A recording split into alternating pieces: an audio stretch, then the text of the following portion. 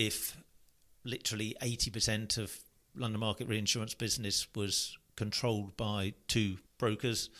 I think we'll be all right for the next few years because the market is hardening. Things are getting a bit better. It's coming more in the underwriter's favour. But then the next soft cycle, they'd have a huge amount of control. Welcome to The Voice of Insurance. I'm Mark Gagan. The voice you just heard was that of John Parry, Chief Underwriting Officer of QBE Re. John is a highly experienced and well-regarded underwriter. He knows the insurance and reinsurance markets inside and out. The great thing for me is he's happy to explain his thinking to us lesser mortals in the press. I've been enjoying my interviews with him for well over a decade. If you don't know him already, I think you'll like him, and you'll learn a lot from him. He's also quite a rare character in that he spent the first half of his career as a broker. This gives him a really well-rounded perspective on how insurance and reinsurance works and what clients really want from their underwriters. He's always polite and good-humoured, but he's firm and has strong convictions, as you'll have guessed from the beginning of this podcast. He doesn't pull any punches. I suppose you can't be a top underwriter over such a long period without having a bit of steel in your nature. Anyway, John's handing over the QBE underwriting mantle at the beginning of April and plans to retire next year. This interview gives a career-long perspective on what is happening in reinsurance today and puts it into proper historical context. Now, a quick note, if you don't know the English education system, O-levels are national exams you take when you're 16, and A-levels are the ones you do at 18 and are used for deciding university entrance. One last thing. I recorded this interview about 10 minutes before the Aon Willis merger news broke, but I didn't rush back to re-record anything, because since that secret was already out this time last year, it was already a good idea to be talking about what such a deal might mean, even if only in a hypothetical sense. I think you'll see what I mean when the time comes. So enjoy the podcast. Before we get started, just a quick reminder that advertising slots are available here and in other places in the Voice of Insurance podcasts. Podcasting is the fastest growing medium and attracts a high quality audience of key decision makers. It's also an intimate medium where you, the listener, are right in the room with me and the interview subjects. Needless to say, that means it's a great way of getting your message out directly to an audience because you know you've got their full attention. It's also very cost effective. So get in touch with Mark at thevoiceofinsurance.com to find out how you could be speaking directly to the industry. Look, John, why don't you tell me how you got into insurance and then reinsurance and how your career developed from there? Well, I did very well in my common entrance exams. This is going way back before even. And I skipped a year at school. So that's exams that get you into boarding school, isn't it? Yes, 13. Yeah. You take them at 13. Yep. So because I skipped a year, I ended up doing my O-levels a year early and my A-levels when I'd literally just turned 17. And I got my A-levels, but not particularly good grades. My father wanted me to go to university. I'd had enough of studying, didn't really want to. So we compromised on a year off. In that time, I did 7 months of labouring, which actually I thoroughly enjoyed and earned good money and bought myself a second-hand Ford Escort. And then the beginning of the year after, I had it out with Dad and I said, I really don't want to go to university. I just want to start working. I got myself an interview with a stockbroker. He was in the business and managed to get me an interview with an underwriting company and also a broking company, and I got offered the job at the broking company. So by complete coincidence, on the 13th of April 1981, I started in reinsurance at a company called Wigan Poland. Do you remember them? No, I don't. I mean, what I suppose the easiest way of describing those is what do they end up becoming? Well, I was going to say Sedgwick / E.W. Payne, but obviously now Marsh / Guy Carpenter. Yeah. Yep. And then how long were you there at the broker? I was at Wigan Poland till 1985, and when we got bought out by Sedgwick's, myself and 3 others started up a non-marine reinsurance broking team at a company called Steelbarrel Jones, who are basically a marine reinsurer, and we set up a non-marine reinsurance division. And then I remember that's so Steelbarrel Jones, and then got swiftly abbreviated to SBJ. Yes, that's and right. then that merged with Regis Lowe, that was a very long time ago. Yes, it was probably about early 90s. and I think that's when I first came across them. I think that was near the end of them. I knew that there was a chap called David Howden who worked there, and he used to do D&O, and we used to work with him, and he used to wholesale the D&O for the company I was working for. But I left. I got offered a job in. I mean, my years at Steelbolt Jones I thoroughly enjoyed because we did a bit of everything. We did a bit of property, a bit of personal accident, a bit of bloodstock, a bit of satellite. It's really quite exciting doing all these different classes and learning an awful lot. But in 1989, I got offered a job by Alexander Howden, and I think most people will know that one did become Aon. And then I ended up there for 11 years until 2000. And one day in 2000, I went to see a major leader of my business to get a new risk excess program quoted. It's a chap called Peter Grove, who worked at the Limit Syndicate, which at the time were being purchased by QBE. And Peter said to me, I'm glad you've come in, I want to talk to you. And he did have quite a scary reputation at the box. And I was worried. I thought, oh God, has one of my clients given him a big loss or something? I'm going to get dragged over the coals here. And he explained that several people from the syndicate were leaving, and he thought I'd make a good underwriter, and there and then at the box he offered me a job. And it's one of the very few times I've been completely lost for words. That's pretty amazing. As a broker, being lost for words, that's a great failing. You had to leave the profession immediately, clearly. So what was the transition from going, because I've only ever been a broker and then transitioned to become a journalist, so that's not much help. But so what's that transition from swapping sides of the box, to become an underwriter? Well, I always thought to be a decent broker, you really need to understand the business inside out, know the background to it, know the client, and as long as you do that, underwriting perspective, as long as you understand it, understand the client, the reason they're buying the cover, you can take the same mentality.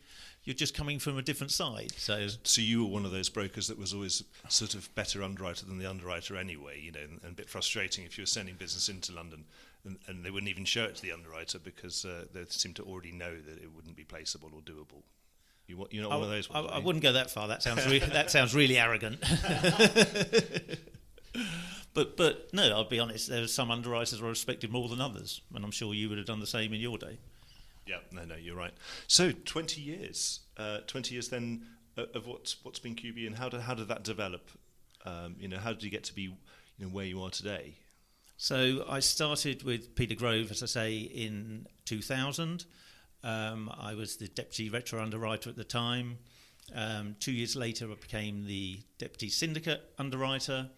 And then Peter Grove moved on to director of underwriting, so could no longer be the active underwriter in 2004, and I took over as the active underwriter. So you've done about 39 years, of which quite a lot is reinsurance on both sides of the box, in many different classes as well. So, I mean, how much has reinsurance changed in that time?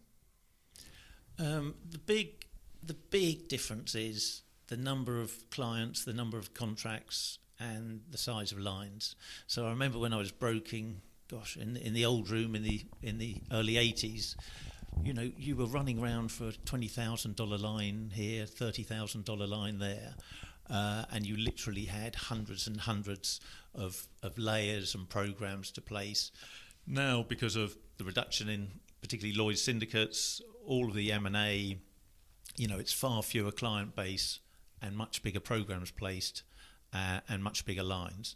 I remember, I think it was probably mid-90s when on retrocession business, which I was broking, Transatlantic wrote $1 million line and everyone was going balmy about it. They couldn't believe someone could write a line that big. But it was obviously leading the way to go. What's the point of writing $100,000 lines when you could write $100 million lines? So, John, why are you retiring? If you don't have any work to do now, you just press a button and you renew 3 contracts and you can go home for the rest of the year. Is that right? So this time next year, I will have done 40 years in the business, and I've never had a gardening leave. I've never had sabbatical or anything. So I did say when I was asked about succession about 3 years ago, I said when I've done 40 years, I think I've probably done my bit. Yeah, but I suppose actually back to the more serious point about now going to a low volume of much higher premium volume contracts. Presumably that just means that the work that goes into putting that 15-20 million dollar line or more is just much greater. Is that the point? It's you spending weeks analysing what your price is, what you want, and then when you're happy, you can finally put the big line down, and that's the way it goes. Is that the difference between what reinsurance used to be, an aggregation of 50 small lines and now being 5 big ones? So you have far more time to, as you say, do the technical work necessary to do those bigger lines. And because the client base is much reduced, you get far more time to talk to the individual clients and actually have a genuine relationship with those clients. When you have less clients, does it mean that you kind of got Hobson's choice? But before, if you had 200 clients, you could try and pick the best 40 and write them. Well, probably you didn't have time to know which were the best 40. But now, if there's only 10 clients, can you really afford to tell them to go away? It's tougher, and we'll be finding that out in the next few weeks as we come up to particularly the Japanese renewal season. Yeah, actually, I'm going to we'll get to that at some point in the interview, actually, because it'd be good to have some specifics out of you, particularly given all of your experience. But it'd be good to ask, sort of, what were the toughest times while you were broking and underwriting reinsurance in the last 40 years? What were the most difficult times? I mean, we've been through a hell of a lot of... we always talk about different crises or capacity crunches. What was the time that you found the hardest? I'd say probably the most difficult was on the broking side, the late 80s, early 90s. So we had Hurricane Hugo in 89, and then we had 90 A, D, G, which were all European windstorm losses, obviously early in 1990.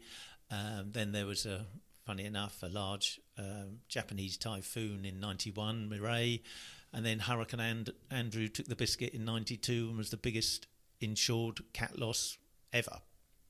So at that time, Lloyd's syndicates were disappearing, clients were disappearing, and it was really, really tough on the broking side. We probably went through 4 or 5 years of having to cut costs and let people go, which makes it a difficult environment for everyone. And because there wasn't the market for you to place into. And the client base as well. The client base reduced and also the market reduced as well.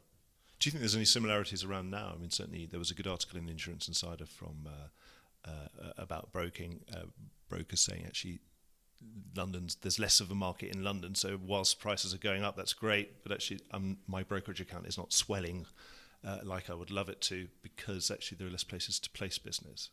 Is that do you think that's fair? I think that's a bit negative myself. I mean, there is, with particularly on the direct and facultative property side, a lot more business coming into the London market. I think brokers should earn their salt. They've got more opportunities now. And look, everyone's got to be careful and make sure we do our best to make a profit, especially with the Lloyd's Decile 10 and everything else going on. But I think if you're a decent broker in this day and age, you should be excited about getting the opportunity on more business and finding markets to place it with. And what were the best times? As I say, when I was at a very small broking company, Steelborough Jones, placing a bit of everything, right, what are we going to do this week? Let's do a bit of satellite or a bit of bloodstock or something like that. And it was great. I really enjoyed that side on the broking. And going back to worse times, obviously on the underwriting side, is losses. It's absolutely losses. So almost a year to the day, I'd been on the underwriting side. 9/11 happened, which was a massive loss for the whole market and for us as reinsurers. We had a substantial property book and personal accident book and aviation book as well. So that was a difficult time. And then again in 2005, probably with Katrina, Rita, Wilma, the US hurricanes on the back of 2004, Charlie, Francis, Ivan, Jean. That was difficult times, but then you look back on it afterwards and there was such great opportunity and you enjoyed it in 2006 and 2007, It didn't feel that good because, for instance, 2006, we really, really needed a good year, which thankfully we got. But I celebrated properly at the 31st of December that year. Absolutely. Do you think there's anything in the way that the work has changed? Obviously, it's evolved hugely. It's much more analytical, much more sort of deep thought going into things. But is there anything from the old days that you miss, that you wish could come back, or something? Have we lost anything, or just want to ask you now? You've got that 40-year perspective. I think the one of the things I didn't enjoy at the time was queuing up, because you could queue literally a whole day for a lead underwriter like Dick Outhwaite, for instance, and it still scarred me to this day. I'm not very good at queuing up at airports or queuing up at the bank or anywhere, and I'm sure that's because of that. But having said that, I still think there is a huge advantage to face-to-face broking and underwriting. You get immediate response. I know it's more technical and the more analysis goes into it. But when you get this 200-page submission, if a broker can just spend 15 minutes with you talking through the salient points and the major changes, that can save us hours and hours and improve our service. Do you think, I suppose now there's a lot of technology that's sort of about that might sort of enhance some of that and get, actually find those salient points in the 200-page document? Yeah, absolutely. I agree with that. But I still think there's an advantage to face-to-face. You can look into the whites of the broker's eyes and vice versa. If you get an offer just sent on email, you've no idea when you're going to get an answer as a broker. But if you actually go along and see the underwriter and discuss it, you can get generally a pretty quick answer, a pretty good feel of whether they're likely to be interested in the risk or not.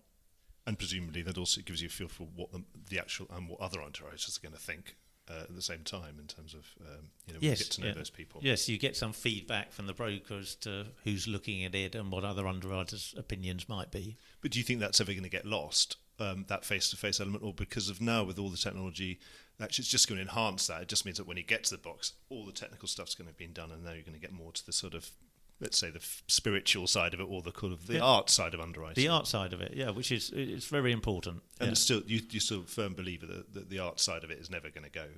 Absolutely, and part of that is going back to picking your clients and who you think are the most likely. Everyone says they're going to buy long term and they want a relationship, and damn well that probably over half of them aren't telling the truth. So if you can really work it out and who the clients who genuinely want a long-term relationship and will stick with you after losses, then that's important. I suppose that's a good way of moving into talking about. You mentioned Japan. That's what's on your table, and that right now, I presume. I don't know if they've got firm orders and other things, or at least that there's terms out there. I'm sure you've been asked to quote and indicate and do all sorts of things. And obviously, a Japanese market generally, one would say, is a good. Probably the biggest believer in terms of believing in long-term relationships as a buyer. Absolutely, as a buyer of yeah. And you think that's not going to change. But what do you think is going to happen, and what do you think should happen at the 1st of April? Obviously, we've had a lot of losses. Well, what we think should happen, and we've shared that with our Japanese clients and the brokers as well, is that on pricing side we should start again for wind coverage. The models have clearly been proven to be incorrect. The pricing has been incorrect, and we're saying we should start again, just simplistically look at 20-year burning cost and the increased frequency, whether it's climate change or whatever it is, but there has been a huge increase in frequency in typhoon losses. Unfortunately, what I think the danger of happening is, and one particularly of the large reinsurers had said they're looking at a percentage increase, and we don't think that's right, because whether it's 50%, 100%, 200%, what we're saying is last year's pricing was clearly wrong, so let's start again. And how much work have you done on starting again to fundamentally reappraise what the risk is on the wind side? Well, to be honest, we've done pretty simplistic stuff, which is, as I say, just looking at recent years' burning cost. And I know obviously the last couple of years have been very, very difficult. But even if you put that over a 20-year burning cost, the pricing would be substantially higher than it's currently paying. Yeah, I mean, is that really fair though, John? I've got to. Well, 20 years is a long time, isn't it? Well, I don't know.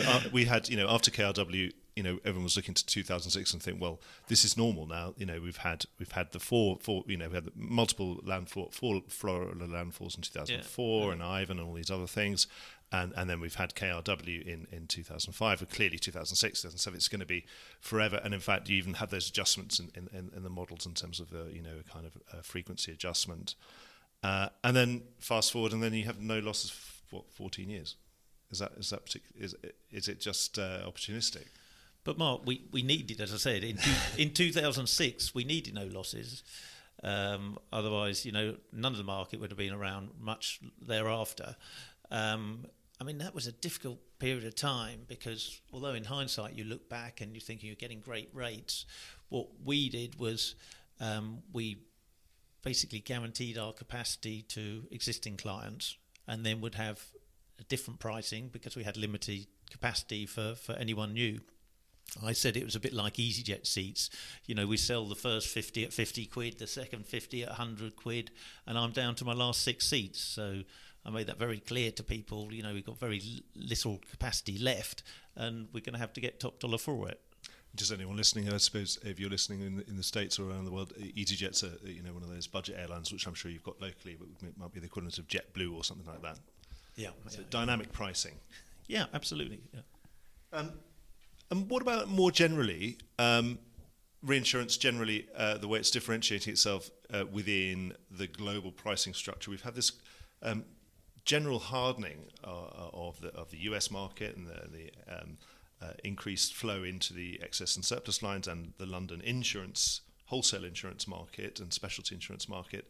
Have you been disappointed at all by the way that reinsurance seems to have been immune to that? Yes. I mean, I think the whole reinsurance market we said after the losses in 2017 when everyone was thinking pricing's going to go up drastically, we thought, right, we're a leader in the market, we'll help lead the market, what should we be saying? And we start off saying, do we say pricing non-loss impacted generally should go up 10% and just sit back and think, well, hold on a minute. Some markets have been a lot better than others. So, for instance, the French market were very aggressive in getting price reductions in 14, 15, 16 and into 1117, and the German and Swiss markets weren't so aggressive. So what our policy at the time was to get back 2 years of price reductions, so we just get back to where we were at 1116. And we shared that with the market and were 100% and totally unsuccessful in selling that because unfortunately the rest of the market and excess capacity was still there and were generally happy to renew non-loss impacted business at the same pricing. At what point do you, if you can't achieve those objectives, even if they seem perfectly reasonable to you, what point do you walk away? We have walked away from business over the last 5 years. We saw pricing reductions, particularly somewhere like Florida. They were getting reductions 15% year on year from probably 2012 onwards. And we substantially reduced our exposure to Florida. We're very underweight there. Potentially there's an opportunity to pick some of it back up at 1st of June this year. But what would have to happen for that would something really have to crack? And you were talking about big price increase. Yeah, absolutely. So you hear the major writers, people like Kevin O'Donnell, saying there has to be substantial increase, and what is substantial we'll find out. But I would have thought 20 points plus with all the loss deterioration we've seen in Florida over the last couple of years. I want to, you really know about retro, which is, I don't know, perhaps journalists obsess about it because it's such a nice opaque and sort of small and sort of, we always like to think of it as being this sort of great elite sort of part of the world, and perhaps it gets probably gets more attention than it really deserves. But you're a real expert. So, I mean, do you think, been some stories in the press about, whether retro would wag the retro tail would wag the reinsurance dog. Does it ever really work like that? It absolutely did in the late 80s and early 90s, very much so, the retro. Is that because people were reliant on retro? Yes, yeah. And when there were more Lloyd's syndicates and they were very, very reliant on retro, exactly as you hint at, the issue now is some of the big reinsurers out there really aren't as reliant as smaller companies, smaller Lloyd's syndicates have been in the past. So the answer to the question would be, do you think that now that we're less reliant on retro, it won't have such a big effect? Probably not as big as in the after Hurricane Andrew, but I still think it'll have an impact. You saw who was it? Vibe Syndicate pulled out of property treaty before they got pulled the plug completely, but they just worked out the maths didn't make sense to buy a retro program, which they needed, and the pricing not increasing substantially on the inwards reinsurance book, just couldn't make the numbers work. So for someone who does need retro, it's a massive deal. So it's about reliance, and if it's not, then it's just a question. Is it just a question of resizing your book, and you buy less retro, so you sell less reinsurance, but you charge more for it, you retain more? Is that how it works? Yeah, but people these days in particular have got to be careful as to how much more they can retain. The other interesting part of that equation is that I didn't only relatively recently found out how prevalent our competitors buying quota share on their cat book was. You hear a very large London operation who had 75% quota share on the cat book, and with the reduction in appetite from funds and ILS vehicles, these have been reducing. So it'll be interesting to see whether that will have an impact on pricing because of the reduced capacity. Well, that's good, actually. That brings me on to my next point, because perhaps we've had 3 years of difficult losses, particularly in property cat, and so that's a big part of the reinsurance story has been how that's affected the ILS market, which prior to that had been increasing its share year after year, so particularly between, say, 2012 and 2017, and that was the story before. So we've had trapped capital, we've had some losses, we've had unexpected losses, and we've had a prominent failure also in that space. So what do you think, has that shown up the limitations of ILS, or do you think long term is that just a speed bump and we'll look back and say actually ILS is still on its way to global dominance? Global dominance is pushing it, I think, but there's definitely a place for alternative capital. It has been very useful and will continue to be so. I just think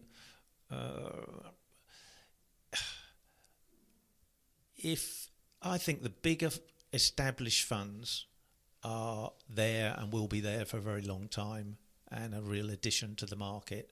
I think some of these people who came in on a smaller basis thinking, cat reinsurance is easy money, it's a free lunch, those people are disappearing, will disappear.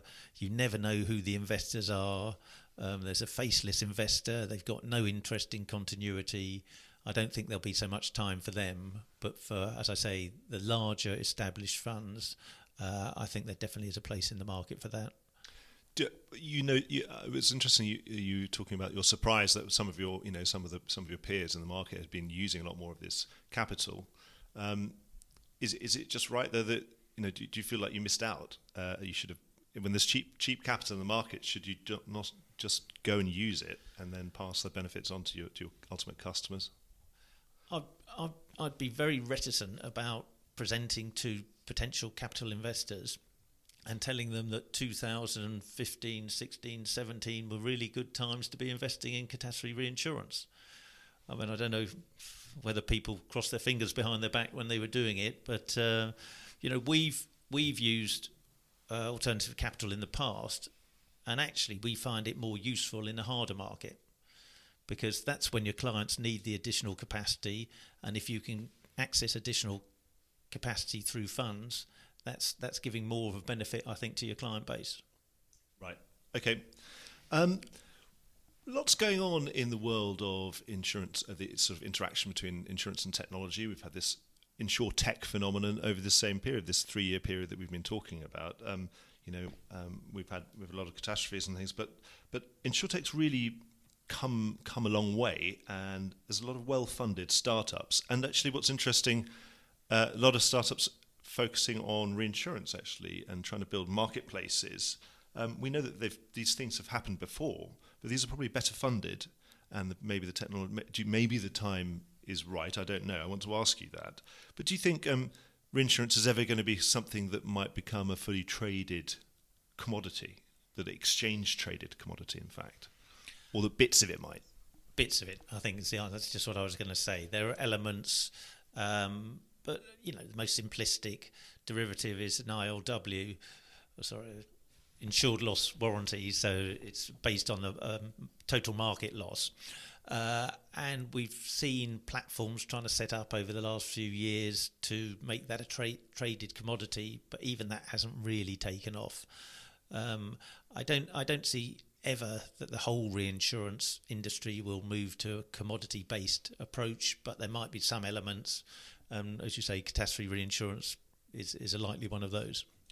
And what about things like sort of tradable insurance, indices and derivatives? Do you think they're going to be part of a long-term future for insurance? I still think that's a fair way down the line. As I said, there hasn't been any real success for platforms on something as simple as an insured loss warranty. So more complex derivatives, I think, will be a few years off. So what would you need to be comfortable buying or selling on one of those marketplaces? Well, you've got to be comfortable that the platform is robust, your counterparty is robust. This is the problem I have with these potential platforms, is that you don't know who your counterparty is, and I don't feel comfortable with that. Well, does it matter? As if it's exchange traded and it has that benefit of a chain of security, and it's not an over-the-counter thing, in which case you would know who your counterparty is, but through an exchange that you feel is, like in the way like Lloyd's, it does have a central fund, it has a chain of security. Surely you should be more comfortable, and it doesn't matter who the counterparty is.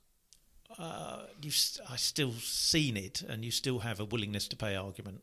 It's not just ability to pay; it's willingness to pay. Well, I suppose, but again, that's why the platform would have to be completely robust. To have the willingness exactly. To pay. No, absolutely. I think the willingness to pay has to be built into the platform.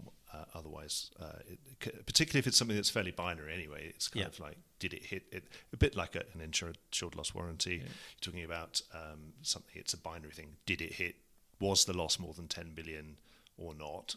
Yes, no, type thing. Yeah, and then you'd have to post collateral, I think, so then there would be no credit risk. I think that would be the answer. Okay, yeah. So in fact, it might as well go over the counter anyway. Effectively. Right. Okay. And is it liquidity and all the kind of transparency that does that worry you as well? Sort of that, and also the credit that you get.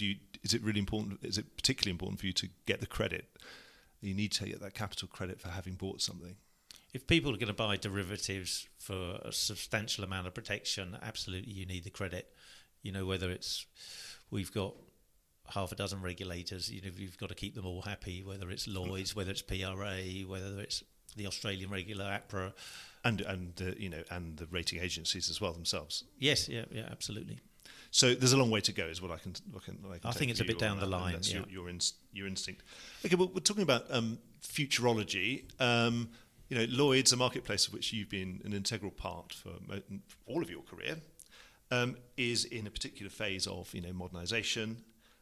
It's called the Future at Lloyd's programme, and the first blueprints have come out.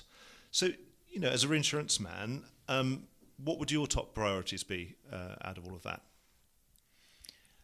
I think the expense, the true challenge on expense is an important thing. I think anything we can do to reduce the excessive burden of regulation is important. I think John Neal said or indicated that, what is the point of Lloyd's doing an awful lot of regulation on Lloyd's entities when exactly the same thing's being done by the PRA as well. So if they can find a way to stop that duplication, I think that'll be extremely good. As I say, expense is an important thing. I do question. I see the logic to it because it's trying to attack expense, but the lead follow issue, I think that's going to be so tough. I don't know how it's going to be implemented, because no one is going to put their hand up and say, I'm just a follower, I'm just a follower. Well, there's the Beasley's got a venture which is very specifically trying to be that, to be a sort of exchange traded fund, sort of low cost fund tracking. But I don't know how the size of it now. What is it, 100 million or something? But relative to the whole market, it's out of 33 billion. It's not. Yeah. it's not big. But you've got to start somewhere. Yeah, absolutely. But then, having said that, how long do you think you can have a market where you've got 10 players on a slip and they all have to behave as if they were able to lead that business and invest in all the capabilities and analytics and underwriting prowess, the expensive stuff and expensive people to be able to perfectly well lead that business, even if they're actually just the last 5% filling the order? And is that part of the expense problem itself, though? I think I'm not sure it is. I mean, I think I wouldn't be prepared to expose my company's capital without doing full due diligence and technical pricing and analytics on the business that I was going to expose that capital to. I think changing tack, but a lot of the expense ratio issue is because so much of the business written in Lloyd's now is through MGAs. I really see the irony. When I started in the early 80s, in nearly every submission we had, particularly from the States, in the first paragraph it would say we are no longer supporting MGAs, because the results were so awful in the late 70s and early 80s, and now the pendulum swung the other way. And I think, Mark, might know better than me, but is it something like 40% of the Lloyd's business comes through MGAs? Yeah, I suppose so. But then that is different business. I suppose to be fair to them, those people would say that's business, that's retail business, that's sort of business that you'd never see, and it wouldn't be feasible to bring into London in any other way. So if you've got to look upon that perhaps more like a proportional treaty with a consumer-facing insurer. But if you're happy to take an awful lot of that business into the market, your expense ratio is going to be pushing 40%. Yeah. But I suppose to your fundamental answer to that question is, frankly, you can't get around this problem with due diligence. If you expose capital, you have to be diligent, and that costs money. Yeah, you need the expertise. So you just need to focus on trying to be smarter but do it cheaper somehow. And do you think technology might be the way? It will help, definitely. It will help.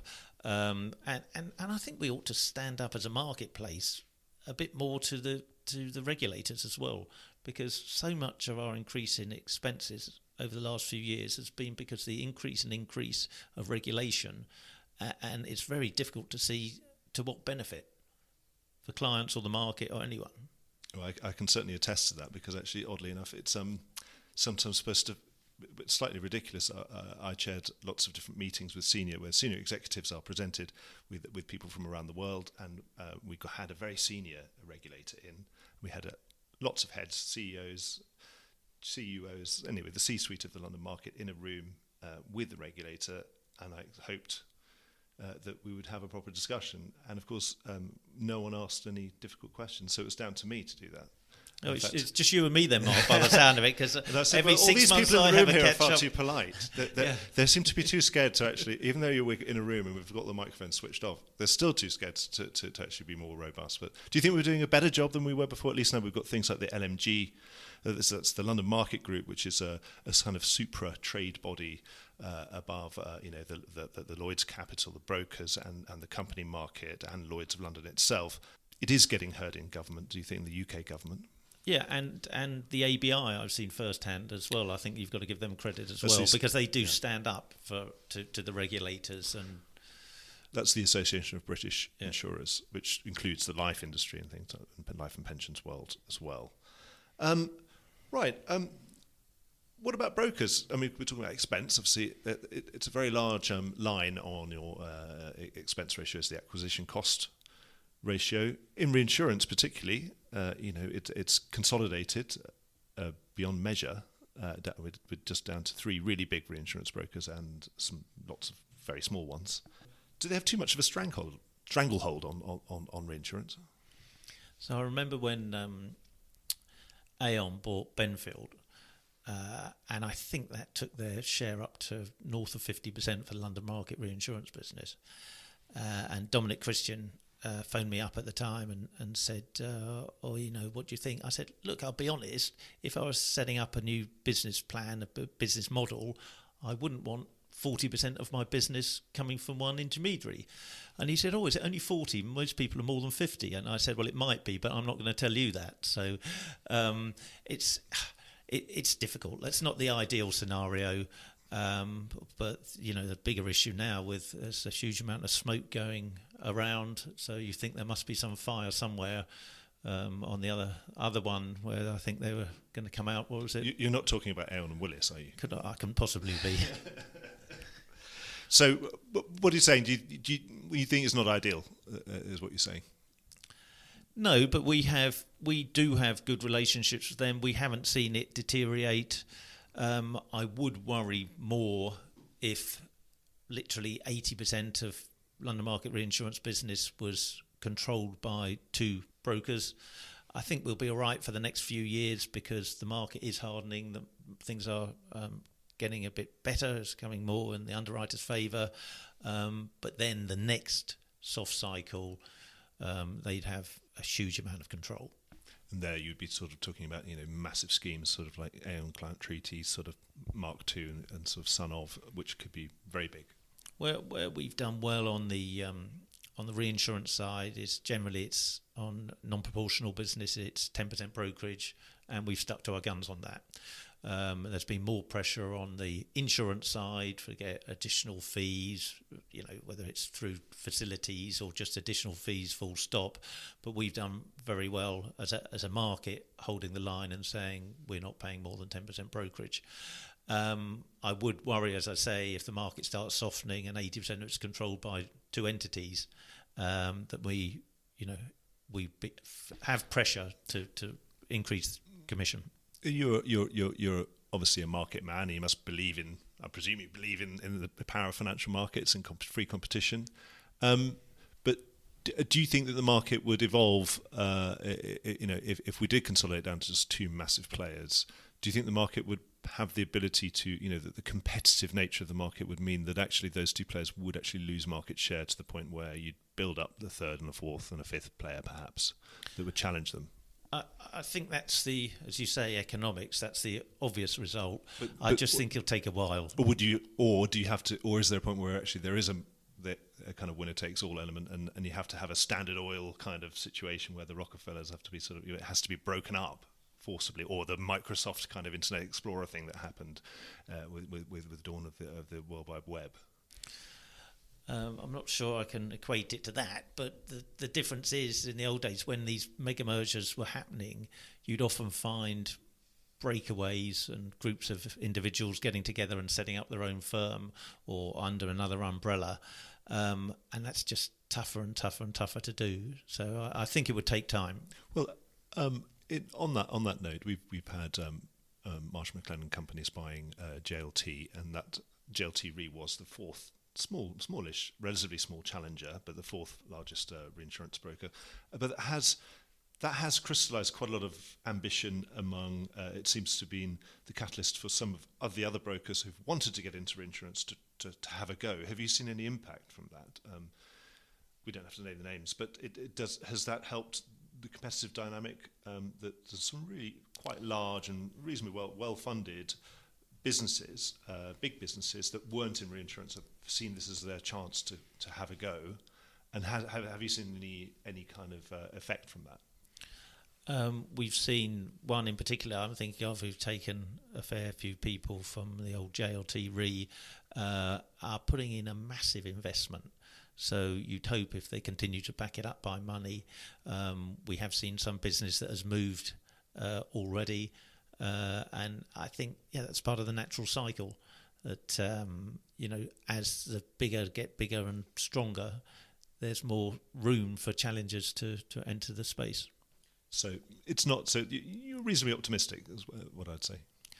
I think we're lucky in as much as we're moving into an improving hardening market. If this was happening in the real softest part of the soft cycle, I'd be more concerned. Okay. What advice are you going to give to your successor now that you're close to stepping down? Don't mess it up. So we've had a good franchise. We've kept together with client relationships ever since the syndicate's been going, particular for nearly 50 years. And it's important to do that, and keep your underwriting discipline. Don't be under pressure. Everyone's under pressure to grow all the time. And as I say, at this point in the cycle, hopefully we have got opportunities to grow, but don't do it just for the sake of it. That's good. And what are the real key challenges for reinsurers right now? As we touched on a second ago, the broker issue is a big one. The clients, the issues we have with clients, you think you have a good relationship, and then they have a change of management, and then that you might have 10 or 20 years of good relationship gone out the window. So it is just trying to keep as close to understand your client, to show you're adding value. It's not just a commodity, and provide service. That's what we try our best to do. I always tell my underwriters, I think it's important that you just be as transparent as you can with your client base and the brokers. If you're not going to write a risk, tell them why not, because there's nothing more frustrating from the broking side as someone just declines a risk without giving you good reason. John, I've known you for quite a long time in my time as a journalist. I didn't know you as a broker. To deal with other sides of limit then. But in the time I've known you, you've always kept this great sort of good sense of humour, perspective. What's the secret to that? I'm very lucky. I'm just born a glass half full man. So I remember going to my annual medical a couple of years ago, and you fill in the forms and they ask you this, that and the other, basically to try and work out whether you're stressed or potentially suffer from depression. And there's a lady doctor, and she went through them all and said, God, this is fantastic. You're a real optimist. I said, well, that's how I was born. And she said, that's great, because that rubs off on other people. So when we go through difficult times, whether it be 9/11, whether it be Katrina, Rita, Wilma, everyone doesn't want a boss who's panicking. So if you've got a boss who can keep level and, as you say, keep a sense of humour, it's much easier to get through the tough times. What are your plans now? Your retirement. No one ever seems to retire in this business. So I want to see. I'm glad I'm face to face with you. I've seen that you smiled there, John. So are you going to construct a series of non-executive relationships, all that kind of thing, directorships? I'll be honest, I really haven't thought about it. The only thing I have promised my wife is that I won't do 24/7 anymore. So to keep a toe in the interest, keep your ear to the ground, what's happening, I'd definitely look at opportunities going forward. My hobby is horse racing. My brother-in-law is a racehorse trainer at Newmarket. I'll definitely spend some more time with Stuart doing that. But yeah, I'd be... Always, you've got to find, you can't be in an industry for 40 years and just walk away.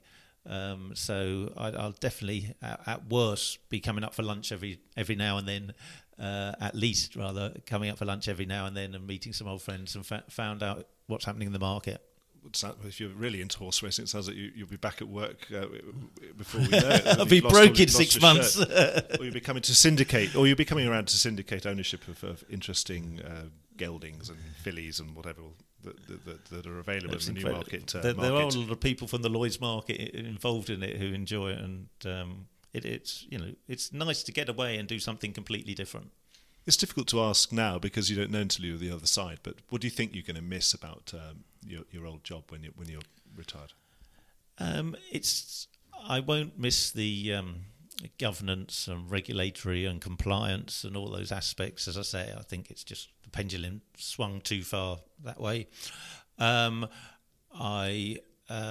the people. It's the camaraderie, it's the with your colleagues, but also your clients, and the trading. There's good fun trading.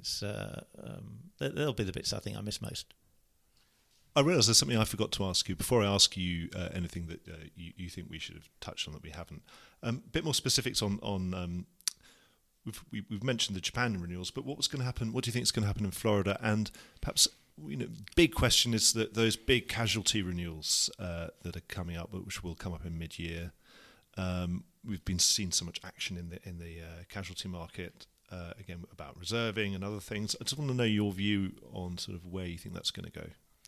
So Florida I touched on earlier, and I think there will be substantial rate increase because everyone's just had enough of the and that's the underlying risk itself is being exactly has changed. Yeah, exactly. And people realise that. And when you get people like Kevin O'Donnell saying that openly in the press, and I think Frank Majors has said as well, you must you'd hope that you get the whole market saying, hold on, we've got to change the way we've rated this business in the past.